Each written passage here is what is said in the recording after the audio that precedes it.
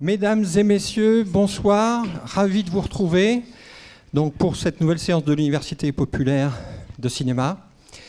On est vraiment ravis de proposer Le règne animal qu'on a eu la chance de découvrir en ouverture de la section Un certain regard au Festival de Cannes, qui est une séance très prestigieuse. Vous savez que c'est un film qui a été tourné dans la région, même dans le département, enfin pas seulement dans le département. Et nous avons le plaisir d'accueillir ce soir, pour une des toutes premières projections publiques du film, le réalisateur Thomas Caillet.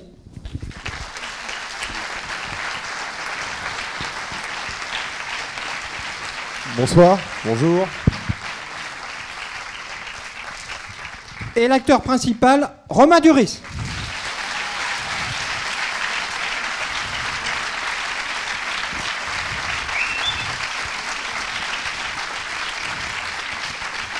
Bon, c'est vraiment, alors je le dis à chaque fois, mais cette fois encore plus peut-être, c'est vraiment un grand plaisir de vous avoir tous les deux. Hein. Thomas, tu étais déjà venu évidemment pour Les Combattants, il y a déjà 9 ans. C'était une séance dont on se souvient très très bien avec Adèle Haenel. Ça a été une révélation. Et là, je pense que ce soir, ça sera à nouveau une révélation. C'est compliqué de dire quoi que ce soit du film avant. La bande-annonce est bien faite parce qu'on voit des petites choses, mais justement, ça ne lève pas le mystère et les surprises sur le film. On doit être court parce que, en fait, cette séance a tellement de succès qu'on joue dans 3 salles. On vient de le présenter dans 2 autres salles. Il ne faut pas les faire trop attendre, parce qu'elles attendent qu'on ait fini de parler pour qu'on lance le film. Non, on peut prendre quand même quelques minutes. Voilà. Mais quand même, donc, pour introduire cette rencontre, un mot, Thomas, peut-être ta relation à cette région, et tout à l'heure, on reviendra sur le film, bien sûr, mais tu peux nous dire ça. Et puis, Romain, cette découverte de tournage, ce lieu de tournage, tu nous en parleras tout à l'heure. Merci. Thomas d'abord. Ok. Non, mais ravi. Ouais, vous êtes très nombreux, c'est trop bien. Bravo. On verra si vous êtes aussi nombreux à la fin. On comptera scrupuleusement tous les sièges vides. Non, mais hyper ravi d'être ici et de montrer le film dans un lieu qui a autant d'importance symbolique, émotionnelle, quoi, pour moi, quoi, très personnellement, très égoïstement. Voilà, le Jean Eustache à Pessac, c'est important. C'était mon cinéma d'adolescence. Pessac, c'est mon CM1 aussi. Et c'est le moment où je suis arrivé en région Aquitaine et que j'ai été submergé par la beauté de la région. C'est un truc qui m'a beaucoup touché. Et c'est vrai que depuis, alors je fais un film tous les 9 ans, je vais essayer d'accélérer peut-être un peu, mais pour l'instant 100% de mes films, je les tourne ici. Donc ça, c'est une belle stat, assez pure. Donc oui, on a tourné en Gironde, dans les Landes, un peu en Dordogne et dans le Lot-et-Garonne, en tout cas dans ce grand triangle géologique des Landes de Gascogne. On en reparlera. Ça va être assez chiant, hein, je vous promets. Je suis assez calé sur la géologie. Et voilà. Donc ravi de vous montrer le film. J'en dis pas plus. Je vous souhaite une belle projection et j'espère que ça vous plaira.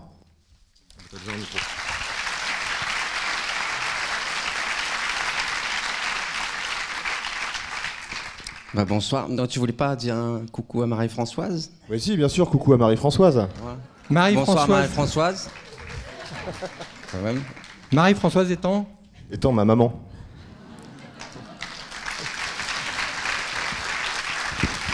C'est quand même pas mal. Et bénévole du Jean Eustache pendant des années. Hein, quand je dis des années, c'est de longues années. Pas tant que ça, en fait. Bon. Vous voulez dire un mot? Non. Ok. Voilà, moi je suis ravi d'avoir rencontré cette région. Je connaissais vite fait et j'ai bien aimé ce tournage dans cette région. Voilà, on peut pas trop parler avant le film. On se voit après. Hein. Et puis on pourra répondre à vos questions. En tout cas, ça fait plaisir de voir des scènes pleines, des salles pleines comme ça l'après-midi. C'est super, bravo. Merci beaucoup. Alors, juste avant de lancer la projection, vous allez voir au générique le soutien de la région Nouvelle-Aquitaine, du conseil départemental de la Gironde, hein, qui sont représentés ici ce soir, qu'on reverra tout à l'heure. Je tenais à les saluer et à les remercier. Bonne projection, à tout à l'heure. Merci. Voilà, donc félicitations vraiment pour ce film choc, très surprenant, très original. Moi, je voudrais entamer cette conversation en partant finalement du scénario. Thomas, vous êtes à la fois réalisateur, mais aussi scénariste. On a un scénario original dans tous les sens du terme. C'est pas une adaptation. Souvent, les films de science-fiction, les films fantastiques partent d'un roman. C'est pas le cas. C'est une histoire qui vient d'ailleurs. Est-ce que vous pouvez nous raconter justement d'où elle vient, cette histoire, ce scénario? Comment vous l'avez travaillé et avec qui? Alors le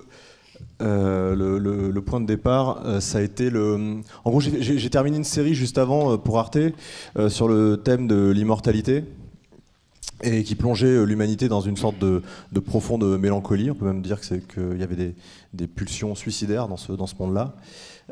Et en gros, cette mutation de l'homme vers sa version éternelle l'amenait curieusement vers la mort. Donc j'ai eu envie, après cette série-là, d'aller de l'autre côté, quoi, d'aller vers la vie, en fait. Donc la première chose, ça a été ça, la recherche d'un projet qui va vers ça, qui va vers le vivant, vers la vie, vers une idée de la biodiversité. À ce moment-là, il y a eu un hasard bien heureux, c'est que j'ai reçu un coup de fil de mon ancienne école de cinéma, la FEMIS, dans laquelle j'ai étudié le scénario, justement pour remplacer au pied levé un membre manquant d'un jury pour aider les élèves en dernière année en scénario à avoir un retour en fait sur leur travail. Et j'ai lu les scénarios des différents étudiants et je suis tombé sur le dernier scénario. Il y avait cette idée là, dans l'histoire de personnages qui avaient des attributs animaux. Ça m'a tout de suite interpellé et l'histoire était assez différente, mais en tout cas moi c'était vraiment au carrefour de tout ce que j'avais envie d'explorer à ce moment-là. J'avais envie de parler de parentalité, de transmission, de filiation, de qu'est-ce que c'est hériter d'un monde, changer un monde, révolutionner un monde, réinventer un monde. Du coup j'ai discuté avec la jeune scénariste en question qui était encore à l'école et je lui ai dit voilà quoi, si tu veux faire un film avec ça, moi je serais ravi de t'aider. Si tu n'as pas envie toi-même de réaliser, écrivons un film ensemble. Et on est reparti à zéro ensemble sur la base de cette idée et sur la base des directions thématiques que j'avais. Et voilà, et on a écrit pendant 2 ans ensemble. Elle s'appelle Pauline Munier. Alors, quand on écrit ce type de scénario, j'imagine qu'on a quelque part dans un coin de la tête la voix du producteur, qui en l'occurrence est là, et on comprend assez rapidement que c'est un film ambitieux, notamment sur les effets spéciaux, sur les moyens, sur les décors. Et donc, à quel moment vous avez compris que vous pouviez justement avoir les moyens de vos ambitions? Comment les choses se sont mises en place en quelque sorte? Parce que c'est un film où le budget est quand même assez important. Je dis ça par rapport au film Les Combattants, le film précédent. On a le sentiment que vous passez vraiment une autre étape en quelque sorte en termes de production. C'est quasiment x10 quoi, par rapport aux Combattants. En gros, quand j'ai parlé pour la première fois du projet avec Pierre, on a tout de suite compris que le film il allait être un peu dans une autre galaxie, quoi, financière, je veux dire. Et ensuite, c'est vraiment les premières versions de scénario. Donc là, c'est 6 mois, 8 mois après, quand on commence à avoir une première version dialoguée, où là vraiment il y a eu un déclic sur. En fait, on est même plus. C'est pas que le film va être plus cher, c'est qu'il sort complètement des cases. Il est plus dans aucune case. Et il se trouve que le cinéma, enfin Pierre peut en parler mieux que moi, mais c'est un marché qui fonctionne beaucoup au comparable, quoi. On essaie à chaque fois quand on a un projet ambitieux de se souvenir quel autre projet ambitieux a pu marcher par le passé pour essayer d'avoir une comparaison et essayer de voir quel est le budget raisonnable dans lequel il tient, quelle est son économie. Et là, il y avait vraiment rien qui tenait. On n'arrivait à le comparer à rien, ni en France ni à l'étranger. D'ailleurs, je ne sais pas si c'est un problème, mais c'est en tout cas quelque chose qui est toujours vrai. Même maintenant que le film est terminé et qu'on essaie de le sortir, quand on a travaillé l'affiche, la bande-annonce, on voit bien qu'on peut pas se baser sur un exemple s'il n'y a pas de précédent, quoi. Voilà. Parce que le film est assez divers, quoi. Enfin, En tout cas, c'est comme ça qu'on a essayé de le faire. C'est-à-dire que il y a du fantastique, mais c'est pas un film de genre. C'est aussi un drame humain. C'est aussi une chronique. Il y a des éléments de comédie, il y a de l'action, il y a de l'aventure. Le film est assez divers et on tenait vraiment à ça.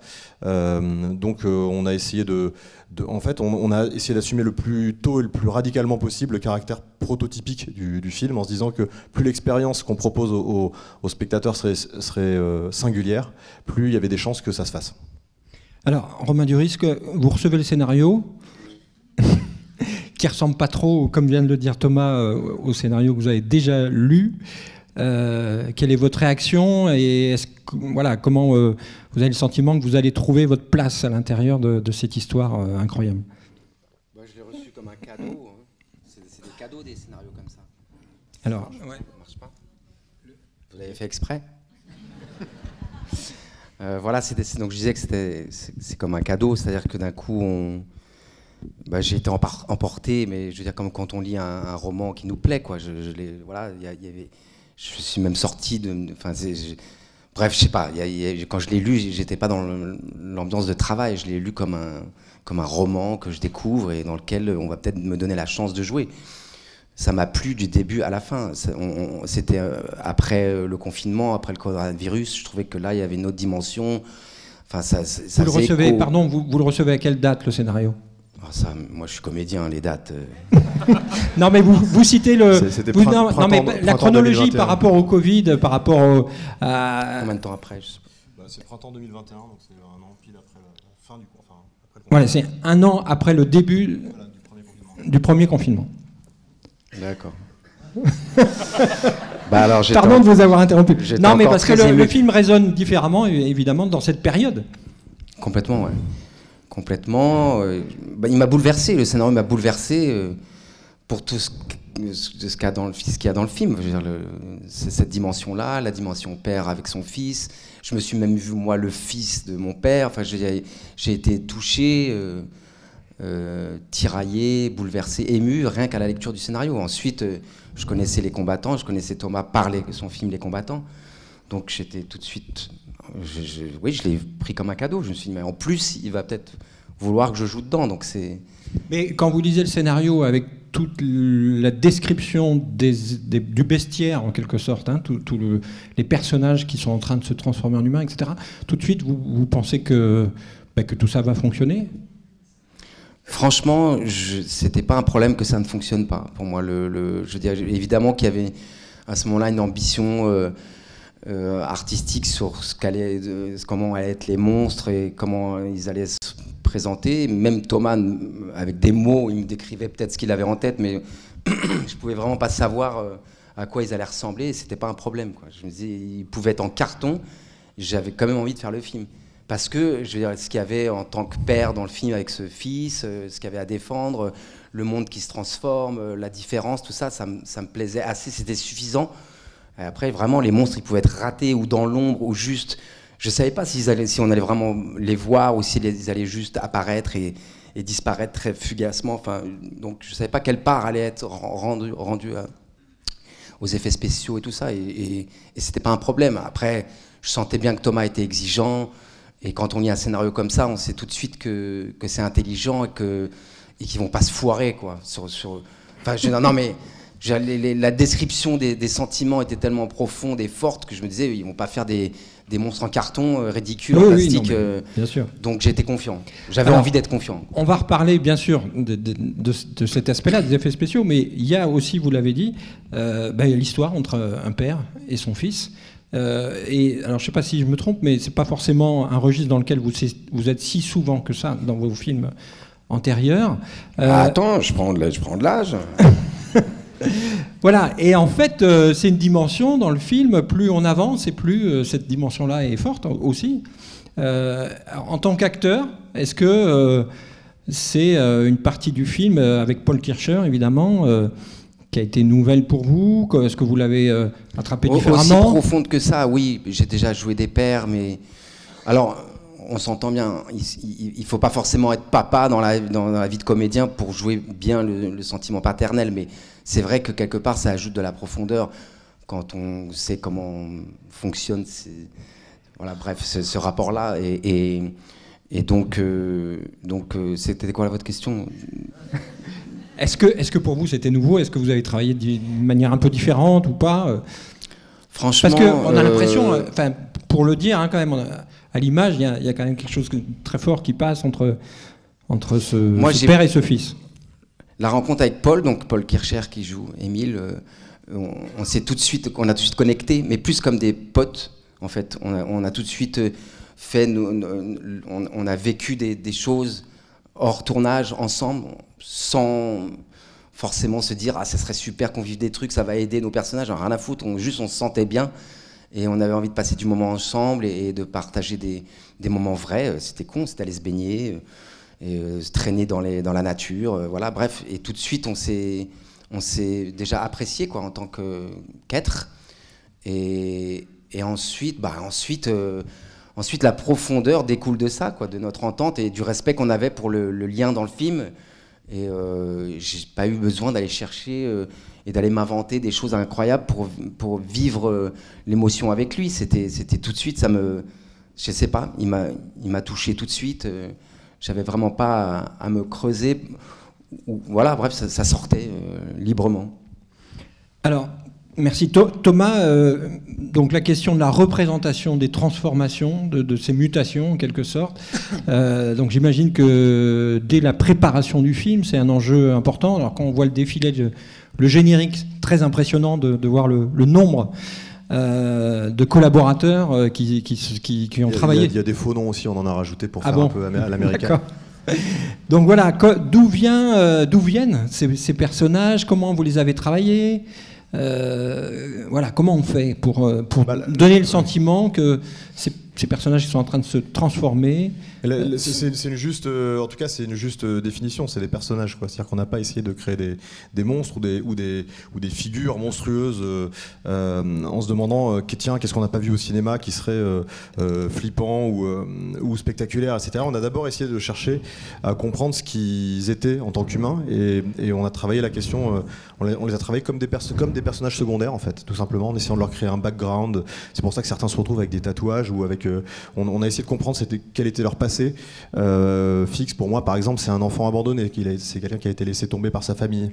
C'est pour ça qu'il couve une espèce de rage comme ça vis-à-vis de la société entière et qu'il n'a pas confiance, quoi, qu'il faut l'apprivoiser.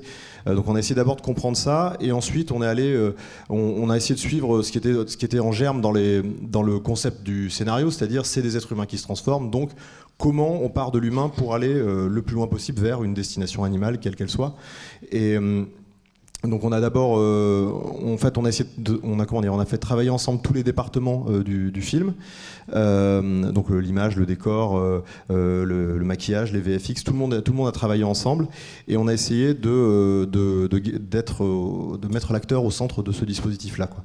Donc on a essayé de trouver soit des gens qui avaient des capacités physiques très particulières ou des corps particuliers parfois. Là, par exemple, la jeune femme qui joue le calamar dans le supermarché, je suis même plus sûr que le calamar était écrit tel quel dans le scénario, c'était peut-être autre chose. Mais à un moment, on tombe sur une vidéo d'une danseuse qui a développé une technique spéciale où elle arrive à effacer les cassures et les lignes droites dans son corps, et tout est souple, tout est rond, tout est circulaire, tout est fluide. Et donc ça nous fait immédiatement penser à un poulpe.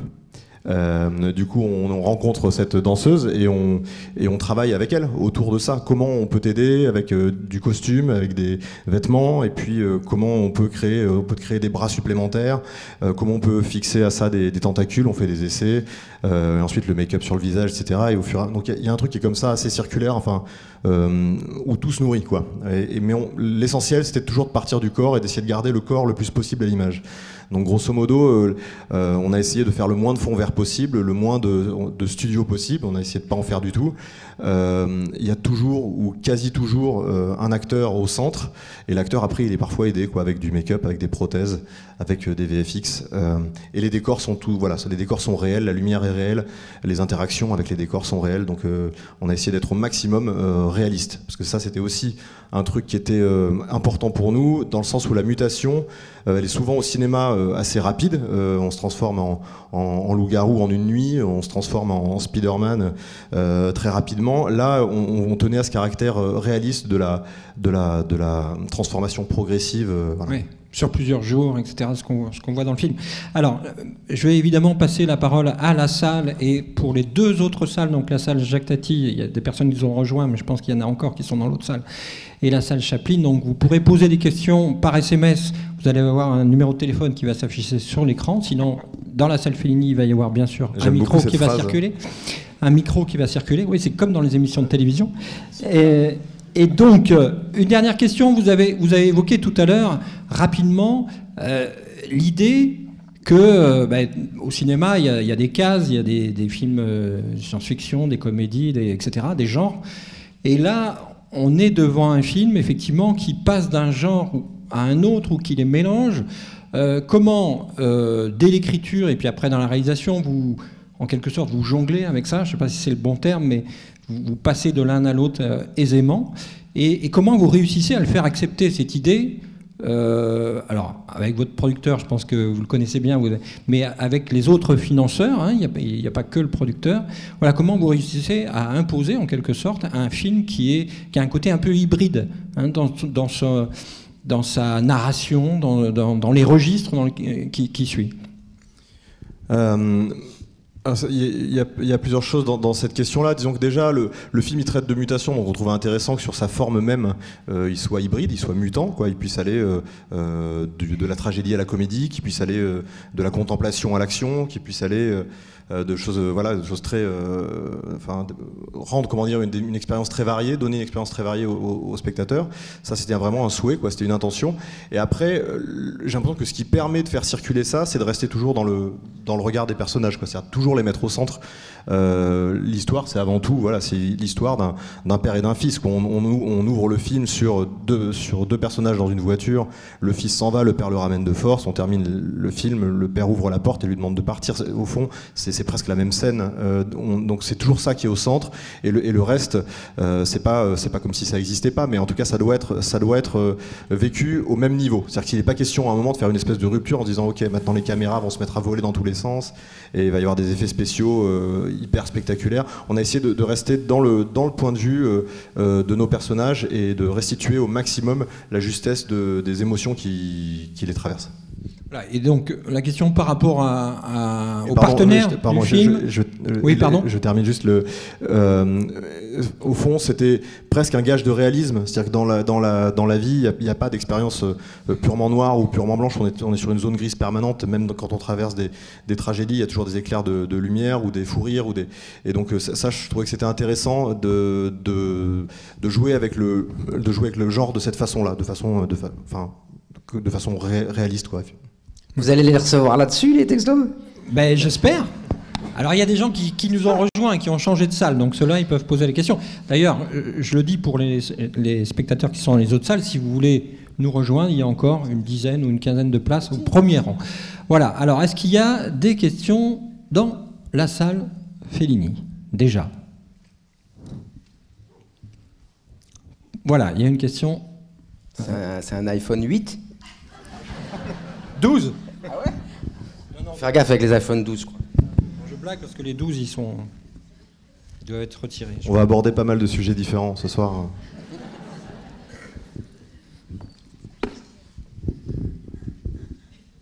Oui, salut. Bonsoir. Bonsoir. Quel film. Romain Duris, vous avez un peu parlé de votre partenaire, Paul Kirchner, c'est ça son nom ? Ouais. Vous pourriez nous en parler un peu plus, Thomas Caillet ou tous les deux, parce que vraiment, dans ce film, c'est le héros, quoi.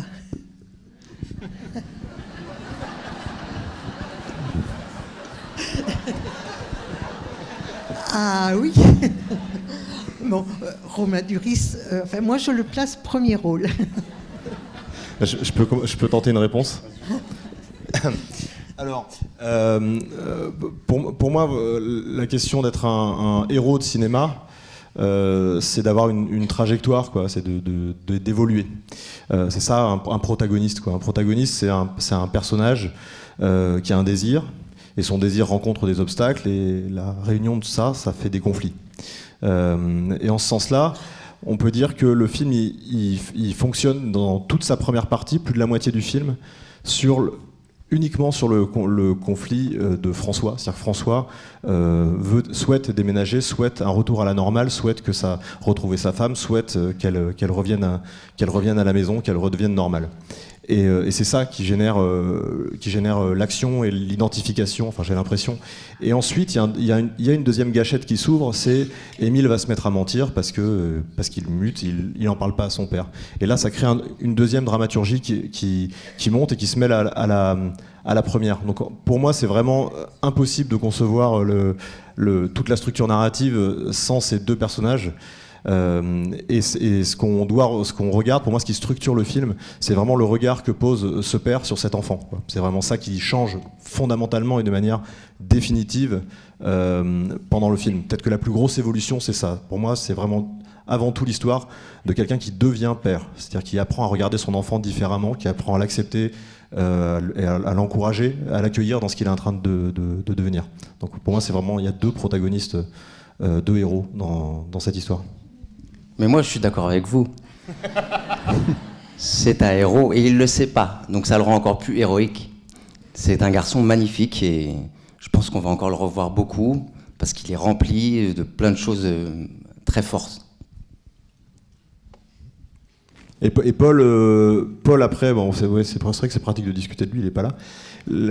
En tout cas, on a un peu assisté à quelque chose de miraculeux, de rare en tout cas, et de précieux quand on est au tout début de la carrière d'un jeune acteur, et en plus à cet âge-là où ça change tout le temps, il est complètement mutant, quoi. Il était totalement mutant sur le tournage, c'était sans arrêt différent, c'est ce que tu disais tout le temps, je me souviens dans les premiers jours, c'est pas que c'était, on n'était pas décontenancé de ça, mais il y avait quand même un truc où tous les jours ça variait, quoi. Et donc ça c'était, on avait cette ligne que tu tenais et dans laquelle tu l'amenais, et Paul qui était dans un rapport beaucoup plus poreux, et c'était vraiment ces deux forces là, quoi, qui étaient à l'œuvre, même dans la mécanique du tournage, quoi. C'était très beau. Moi je me sens assez privilégié d'avoir assisté à ça. Alors. Et puis ben moi je rajoute un peu quand même. Allez. Non, et puis c'est vrai qu'il a une façon très originale de jouer. Et ça, je ne sais pas s'il arrivera à garder ça longtemps, ou si en plus il va faire de films, plus ça va lui échapper, je ne sais pas. Mais en tout cas, il a une manière, quand on joue avec lui, on ne sait jamais comment ça va sortir, quoi. Et ça sort d'une façon qui est différente de ce qu'on pourrait attendre. Et ça, je pense, c'est merveilleux quand tu es réal d'assister à ça, parce qu'il n'est pas conventionnel, quoi. Donc, est-ce qu'en faisant plusieurs rôles, est-ce que dans 10 ans, il faudra voir comment il sera, je sais pas. Est-ce qu'il va garder cette originalité-là ou est-ce qu'elle est due au fait que c'est ses premiers films encore, je sais pas. Mais c'est vrai que c'était, du coup, jouer avec, c'est génial parce que il nous surprend tout le temps, quoi. Il n'a pas la même façon que vous d'exprimer des sentiments. Ça sort différemment. Parfois, il part dans les aigus, parfois, il est très intérieur. C'est surprenant, quoi. Alors, il y a une question Oui. là-haut. Oui, bonjour. Pourquoi n'avez-vous pas gardé le chien qui était si complice avec le garçon? Ça aurait peut-être pu donner quelque chose d'original, non? C'est-à-dire garder le chien. Il n'est pas là, quoi. Il est où, le chien? Non, on le voit plus du tout. Alors qu'au début, c'était vraiment le copain du garçon. Tout était partagé. Ah oui, il disparaît à partir du moment où il y a la course-poursuite.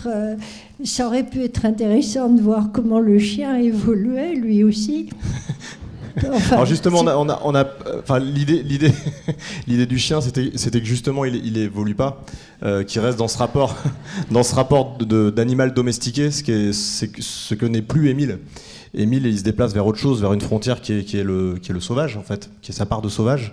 Donc il y a un moment où, d'ailleurs, pour moi, il servait presque à ça au départ, le chien, quoi. C'est-à-dire que au début de l'histoire, il prévoit tout avant Émile. Quand il y a des éclairs, quand il y a un orage, il sent les choses avant Émile. Et plus ça va, plus le chien, il est totalement largué, quoi.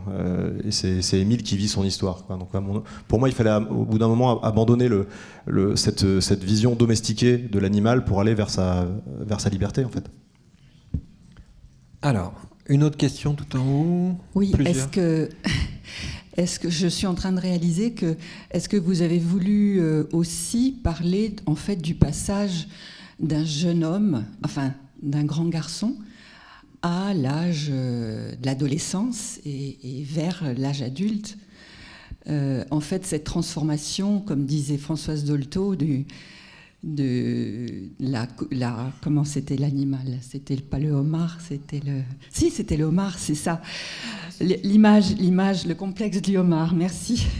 Je suis en train de réaliser que c'était peut-être ça aussi. Il y a peut-être un film écologique. Et en fait, il y en a plusieurs, c'est comme des poupées russes, quoi. Il y a plusieurs films dans un, moi je le ressens comme ça. C'est exactement ça. C'est-à-dire qu'il y a, pour moi, il y a trois cœurs narratifs dans le film qui s'emboîtent l'un dans l'autre. Ce qui est vraiment au centre, c'est la question de la mutation vécue par ce jeune homme. Et effectivement, ça touche à son rapport à son âge, à son adolescence, son passage à l'âge adulte. C'est un récit d'émancipation. Donc c'est quelqu'un qui grandit, qui devient libre de ses choix, libre de dire non à son père, libre de choisir d'embrasser son destin, en tout cas. Ça, c'est vraiment le cœur le plus profond du film. Autour de ce premier noyau, il y en a un deuxième qui est le rapport à son père et toute la question de qu'est-ce qu'on transmet, qu'est-ce qu'on lègue et comment la transmission peut se faire dans les deux sens. Parce que le père transmet à l'enfant, mais l'enfant transmet aussi au père. Il lui transmet une capacité à s'émouvoir. François évolue énormément aux côtés de son fils durant le film. Et le dernier niveau, c'est effectivement un niveau qui est plus environnemental ou politique, sur que font ces personnages-là dans un monde qui bouge, qui bascule, comment ils se positionnent moralement, comment François se met à agir. Je crois que la question de fond, c'est celle de la désobéissance, quoi. Merci. Alors, il y a pas mal de questions, en fait, si je vois bien. Je ne sais pas où est le micro. Pas quelqu'un ? Ah, Je croyais qu'il y avait quelqu'un. ici. Merci. Déjà, merci beaucoup pour ce film. Moi, j'ai beaucoup aimé. La bande-son est incroyable. Et moi, je me demandais juste, est-ce que c'était un choix de ne pas avoir fait rencontrer les mutants avec des vrais animaux et juste avec des humains et pas avec des vrais animaux? Alors, il y en a aussi, il y a des vrais animaux dans le film. Parfois, ils sont un peu mélangés. Tu as vu une biche, je pense, à la fin. Il y a un sanglier aussi, qui est filmé de face, très, très, très proche. Donc, l'idée, c'était d'arriver dans cette scène de fin en se disant qu'on ne voit plus la différence entre les créatures et les animaux. Donc, bon, si vous ne les avez pas vus, c'est que ça doit marcher un peu, du coup. Et par ailleurs, c'est dur, les animaux, sur un tournage, quoi. On en a eu beaucoup déjà, mais je me dis que c'était bien qu'on n'en ait pas eu plus. Les animaux et les animaliers. C'est difficile. Et en tout cas, merci pour parce que vous parliez de bande-son, mais vous parlez de la musique, en fait, de la musique originale, qui a été faite par Andrea Laszlo De Simone, qui est un Italien, un chanteur italien, qui a fait un travail, c'est sa première BO, il n'avait jamais travaillé pour le cinéma, et il a fait, je crois, quelque chose en tout cas moi je trouve impressionnant, quoi, très organique. C'est sa voix qu'on entend, c'est ses pulsations cardiaques qu'il a enregistrées. Il y a quelque chose presque, merci, il y a quelque chose presque de musique concrète dans la rythmique, et derrière il joue tous les instruments qu'on entend, à l'exception d'une clarinette. Donc c'est tout fait en home studio par ses petites mains, et c'est un vrai cadeau qu'il nous a fait. Je vous conseille d'écouter sa musique sur les plateformes dédiées.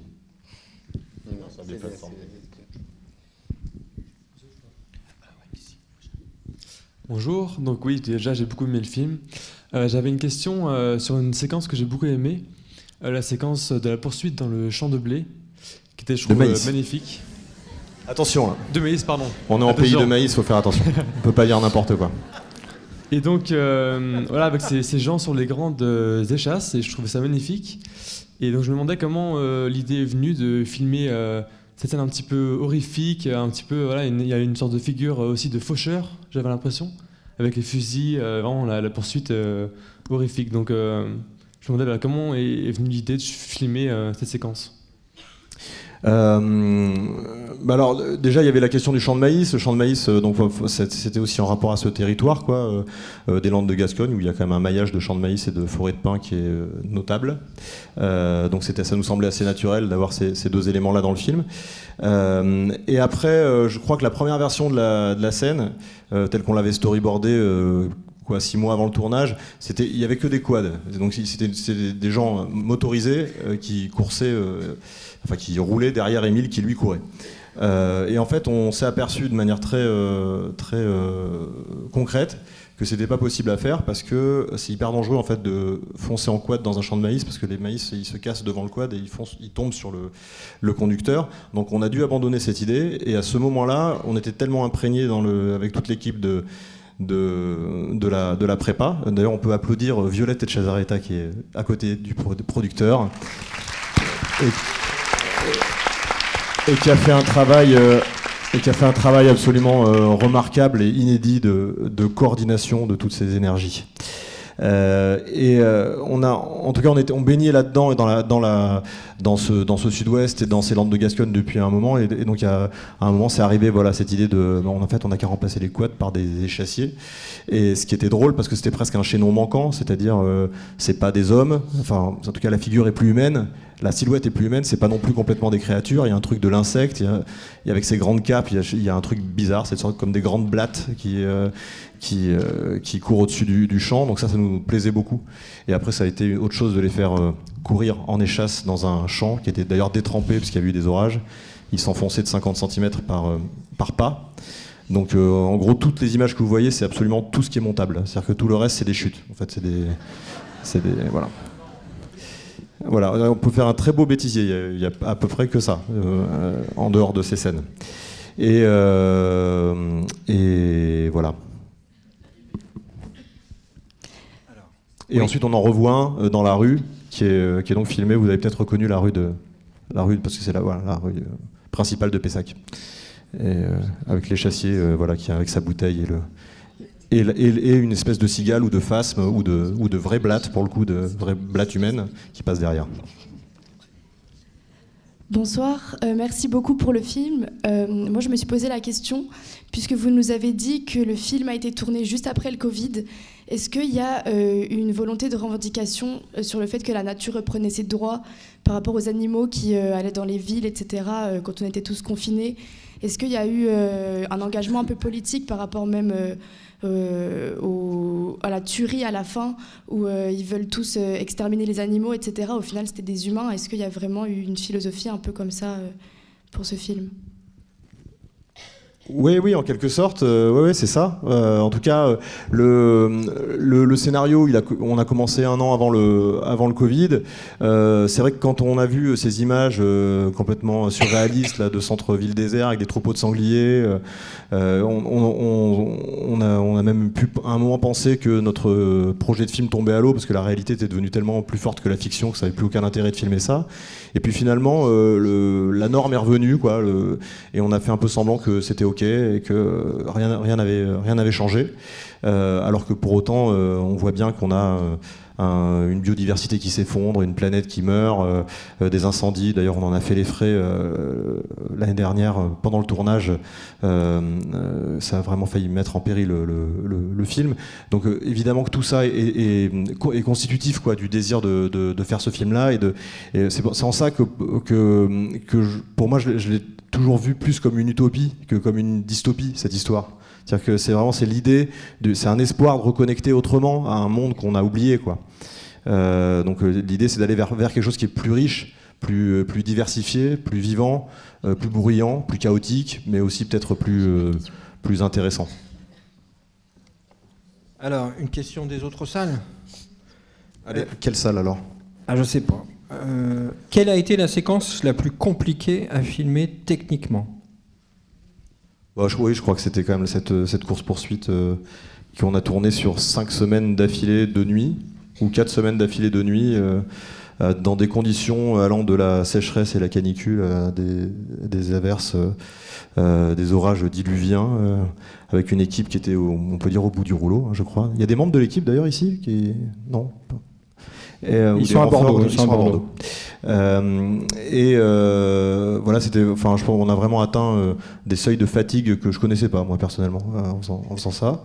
Et en même temps, tout en inventant tous les jours des moyens de filmer qu'on connaissait pas. Donc il y avait un peu un côté joujou. Il y avait tous les jours un nouveau joujou qui arrivait, une grue, les machinaux, enfin la machinerie dans le service, l'équipe machinerie dans le film, fabriquait sans cesse des trucs pour porter la caméra différemment, pour arriver à faire les mouvements qu'on voulait faire. Même avec les comédiens, il y a des moments, c'était dangereux, quoi. Il y a eu la course dans le champ, enfin ça glissait, on s'enfonçait. Il y a un moment, on a cru qu'on sortirait juste jamais de ce champ de maïs, concrètement. Et après, on est arrivé, parce que le champ de maïs, on l'a tourné en Dordogne, et dans le sud-ouest de la Dordogne, et quand on passe à la forêt, on est à Canéjan. Donc à Canéjan, moi j'avais l'impression que j'étais un peu plus près de chez moi, j'avais l'impression que ça allait être cool, et c'était vraiment pas cool non plus. Parce que là, on a eu les moustiques, après on a eu une panne de groupe électrogène, la pluie, beaucoup de pluie, et après la canicule. Voilà. Et les incendies. Voilà. Et après, on a dû mettre le film en pause. Alors, je ne sais pas si c'est pour Thomas ou pour Romain, mais le message, c'est « On t'aime ». Je pense que c'est Romain. Oh, ça doit être Thomas, non, c'est Thomas. C'est pas précisé, hein. Si c'est pour moi, c'est un message de ma mère, je pense. Et est-ce que mais ta maman, elle est dans la salle, donc a priori non. Est-ce que Thomas accepte une référence à Peut-être de Cédric Lapiche, dans lequel Romain joue le rôle principal? Est-ce que j'accepte une référence à Cédric Lapiche, le film Peut-être de Cédric Lapiche? Ah, peut-être. Peut-être que le Romain... problème de, enfin, oui. Peut-être il y a un truc d'époque. Enfin, c'est dans les années 2000, je sais plus combien. En fait, c'est le passage de 99 à l'année 2000. Voilà. Le point de départ du film. Et on se retrouve 70 ans plus tard à Paris ensablé. Voilà. Bah là, on n'est pas 70 ans plus tard. Non. Non, mais c'est aussi un film de science-fiction, de fantastique, de... Voilà, c'est peut-être pour ça que la référence est évoquée. Non, enfin, ça faisait pas partie, en tout cas, de notre corpus de références. Mais je me souviens bien de ce film. Hein. Moi aussi, je me souviens bien de ce film. Avec Jean-Paul Belmondo. Oui. C'était magnifique. Quoi, mais vous voulez qu'on en parle? C'est comme vous voulez, si vous voulez en parler. C'est comme aussi. Alors. Oui, il y avait une histoire père-fils, mais c'était pas ça. Enfin, je veux dire, évidemment, c'est pas ça, mais... Non, il n'y avait pas de ces transformations, il n'y avait pas des créatures, il n'y avait pas une évolution comme ça de l'être, il n'y avait pas de parler de la différence. C'était plus sur un fils dans une autre époque qui veut que son père nique sa mère. Pardon. Pour le créer. Je me suis mal... C'est pas le pitch sur Allociné, en tout cas. Ouais. Alors, dernière question avant de revenir à la salle. Comment s'est fait le choix de l'acteur Romain Duris? Ah. Non, bah, du coup, je vais pouvoir parler de Cédric Lapiche. Puisque de manière vraiment très lointaine mais profonde, originelle quoi, en tout cas, Romain, moi c'est vraiment le premier acteur français que j'ai regardé quoi. J'ai vraiment regardé. Le Péril jeune est sorti, je devais avoir 13 ans. C'est vraiment le premier film français qui parlait pour moi d'une réalité que j'avais l'impression de comprendre, et je pouvais m'identifier à Tomasi. J'ai dû le voir 482 fois à peu près. Je me mets au défi de me trouver une réplique que je connais pas par cœur dans ce film-là.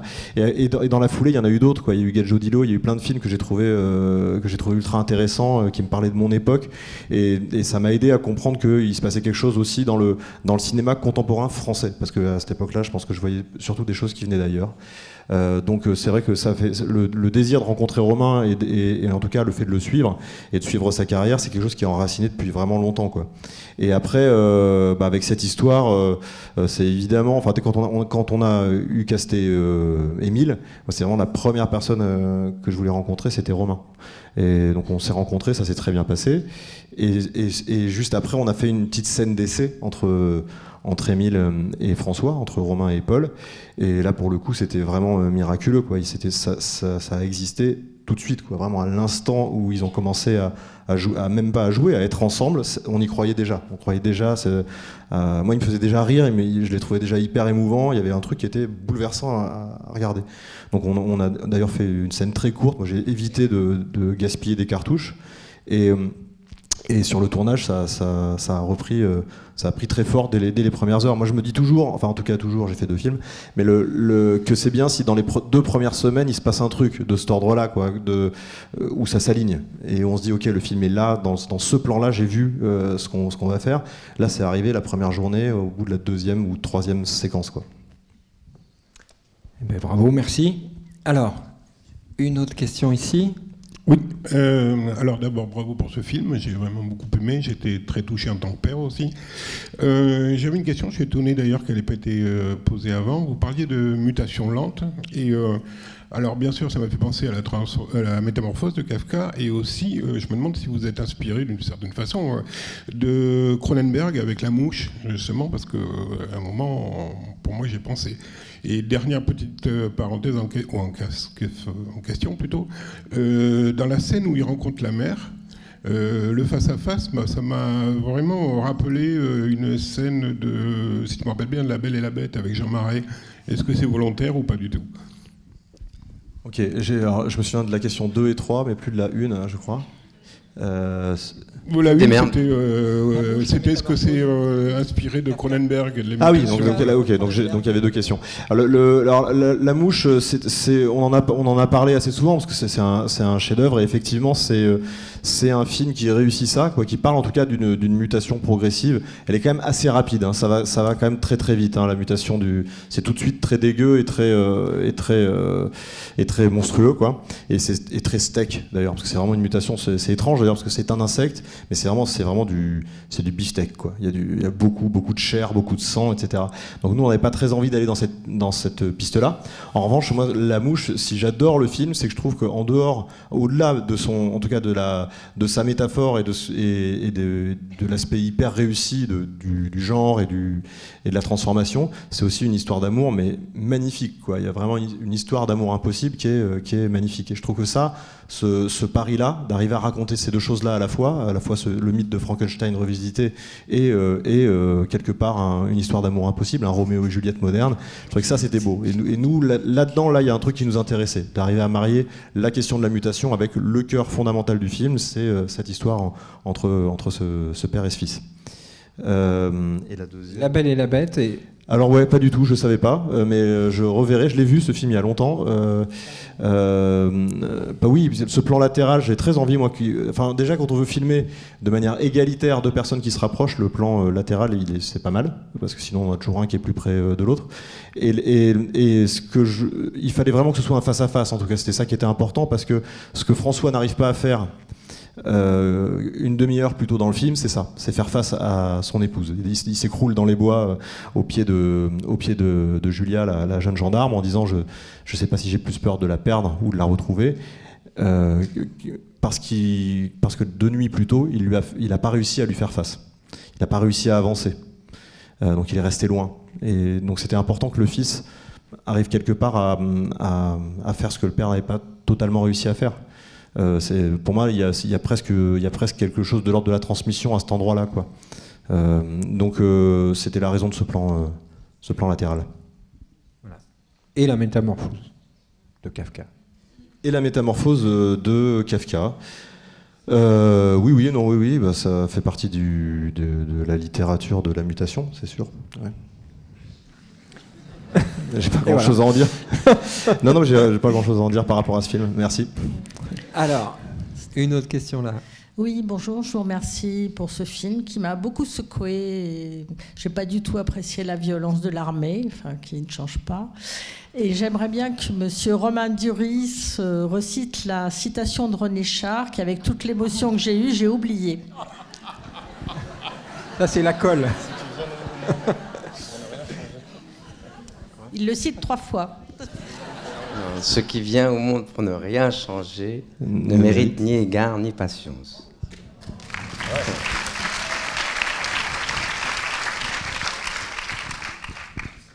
Je l'ai comprise quand je l'ai dite.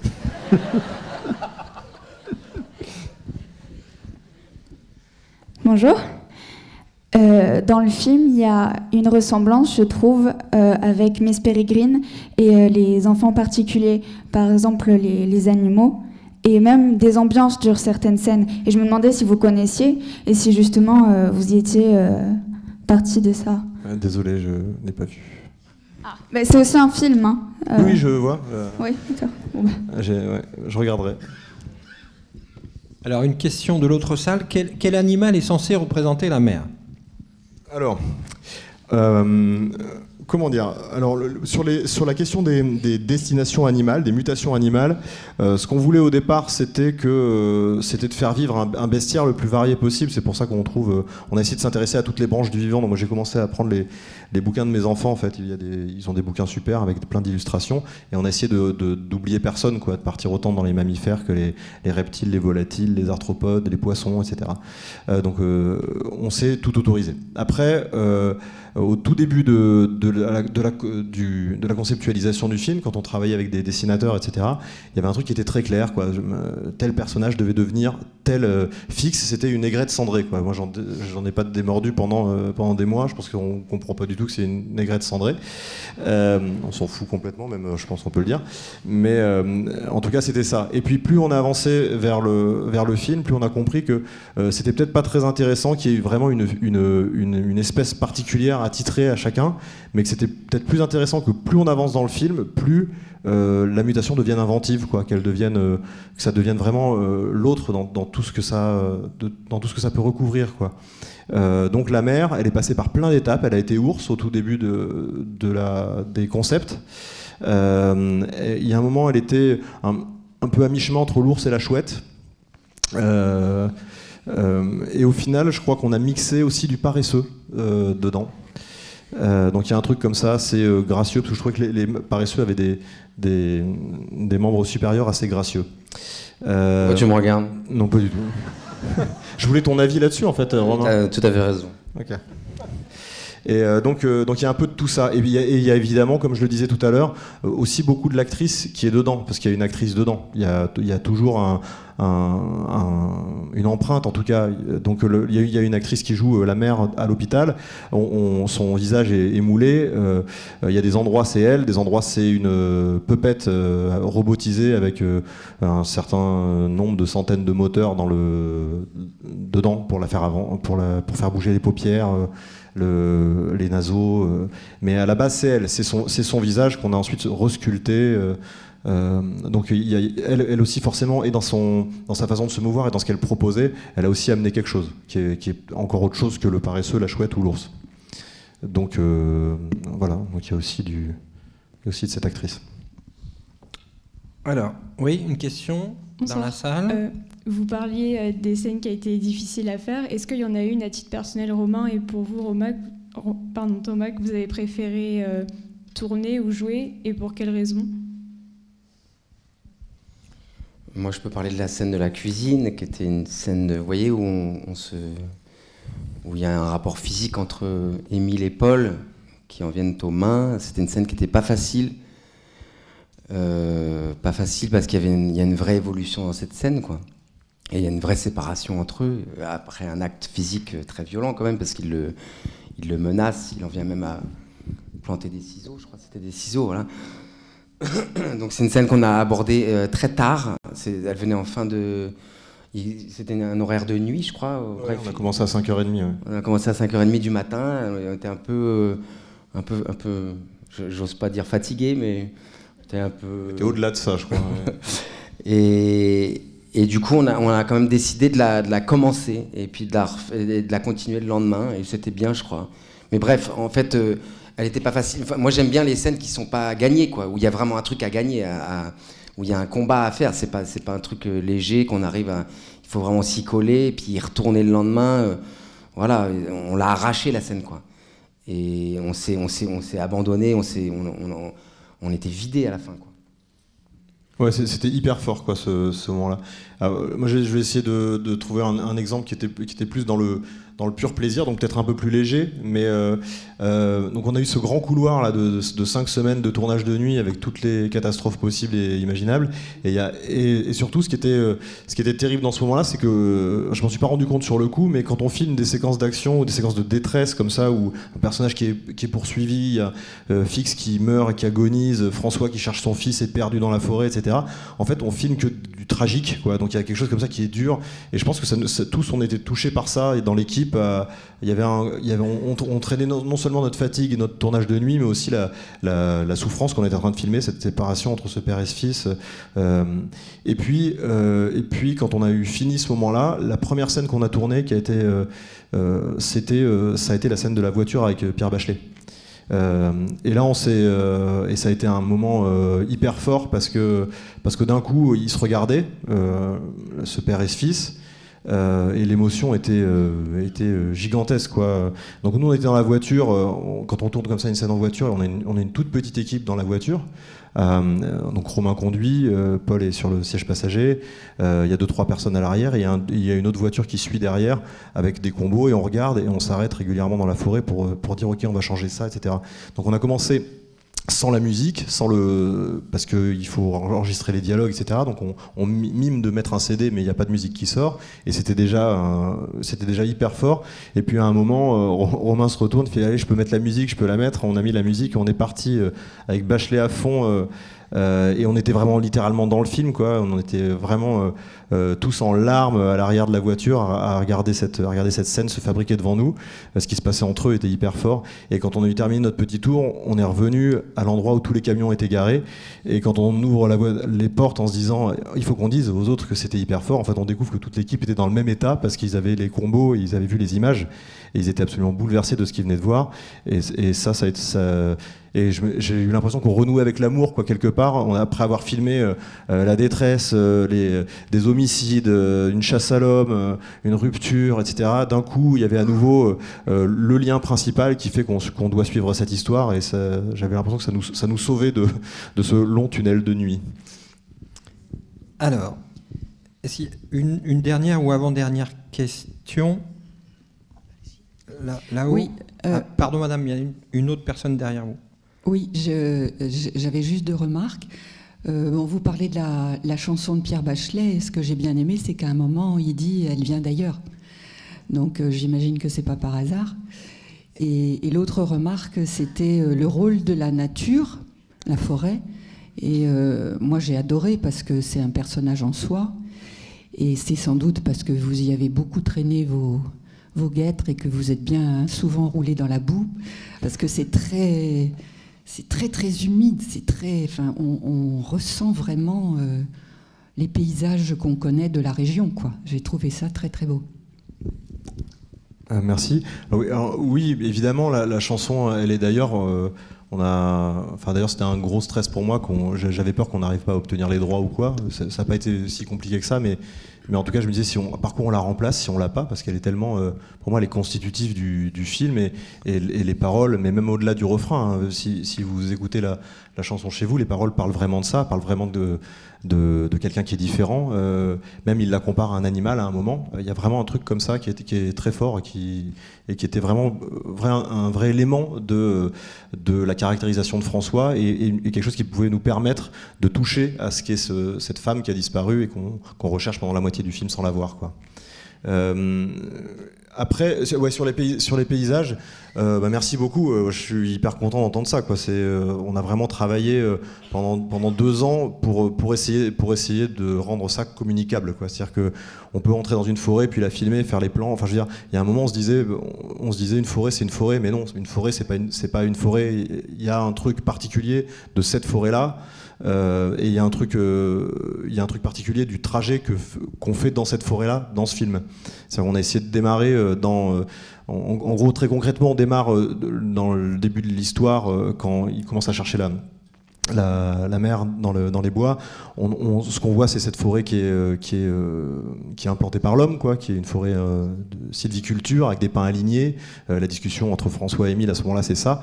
Il y a quasiment pas un son. On avance, on a ces arbres tout droits, ces pins, une forêt dans laquelle il y a plus grand-chose de vivant en fait. Et plus on va avancer dans le film, plus on va s'enfoncer dans quelque chose qui est plus divers, qui est plus sauvage, qui est plus humide, qui est plus riche en vie en fait. Et le fait de trouver dans les décors au milieu de ces grandes zones de forêt plantées dans les Landes de Gascogne, de trouver ces endroits qu'on a filmés, quoi, comme là où Fix prend son envol. Donc c'est des lagunes, des systèmes lagunaires, des vestiges de marais tels qu'ils existaient avant l'implantation du pin, où la biodiversité est grouillante, quoi. C'était hyper beau, quoi, d'avoir ce chemin-là dans le film et de se dire que on peut y retourner, ou on peut peut-être réinventer ce caractère originel et vivant, quoi. Donc c'était hyper important que ce soit qu'on s'y enfonce, quoi. Voilà. Alors, c'est la dernière question, une double dernière question pour Romain. Première question donc de l'autre salle. Vas-y. Quel est ton secret d'acteur? Et l'autre question. Nulle la question. L'autre question, c'est merci pour ce film, ses émotions et les réflexions sur l'évolution de notre environnement quotidien, et de nous proposer un champ des possibles. Une question pour Romain, a-t-il maintenant les griffes qui poussent? C'est la dernière question du débat. Attends, les griffes qui poussent, ça je comprends pas. Et le secret d'acteur? Non, mais le secret d'acteur, c'est intéressant. Le secret d'acteur, moi je dirais que c'est d'avoir aucune certitude, peut-être. Évidemment, on sait que ça peut s'arrêter du jour au lendemain, hein, cette offre, cette proposition qu'on nous fait de devoir jouer devant des gens ou devant une caméra. Donc c'est un truc qui est très fragile, quoi, futile, mais qui peut s'arrêter. Et de pas savoir, quoi, et je sais pas. Ouais. Moi, j'essaie toujours d'essayer. Hein? D'essayer d'expérimenter toujours quelque chose. Ouais, de repartir à zéro, de réinventer la chose à chaque fois, d'essayer de convoquer de la magie, mais ça, c'est des mots. D'être disponible, d'avoir son cœur qui bat assez. Enfin, ça fait partie de vouloir jouer le jeu, quoi. Mais sans moi, tout ce qui me fait peur, en tout cas, ce qui n'est pas le secret, c'est la méthode, les cours peut-être, les façons de faire plus que d'autres. Voilà, pour moi, ce n'est pas méthodique. C'est bien pour ça que j'ai toujours eu peur des cours, peut-être à tort, mais voilà. Donc voilà, c'est très fragile, je pense. Merci à tous les deux. Merci à Pierre Guillard, producteur du film. Merci à Thomas, Romain. Merci à Studio Canal qui est avec nous. Alors,